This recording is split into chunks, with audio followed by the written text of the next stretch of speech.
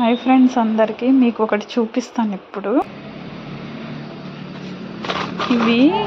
వీటిని మేము సుక్కిబోటి అంటాము. అయితే వీటిని మేము ఎక్కువగా ఎండాకాలంలోనే, ఈ సీజన్లోనే ఎక్కువ ప్రిపేర్ చేసుకొని స్టోర్ చేసుకుంటాం అన్నమాట. సో మేము చాలా వరకు కొన్ని చిన్న చిన్న పీసెస్ ఇలాంటివి చిన్న చిన్న పీసెస్, కొన్ని ఇలాంటి పొడుగు మ్యాక్సిమం ఎక్కువ సార్లు మాత్రానికే ఇలాంటి పొడుగు చేసుకుంటాము.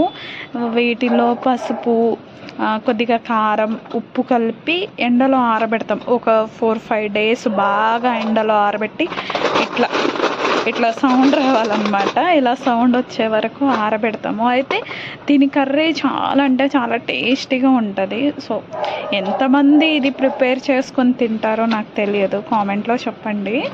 కానీ చాలా వరకు హెల్దీ, ఎంత హెల్దీ అంటే అంత హెల్దీ. ఇవైతే మేము చాలా బాగా ఎక్కువ ప్రిపేర్ చేసుకొని తింటాము. అంటే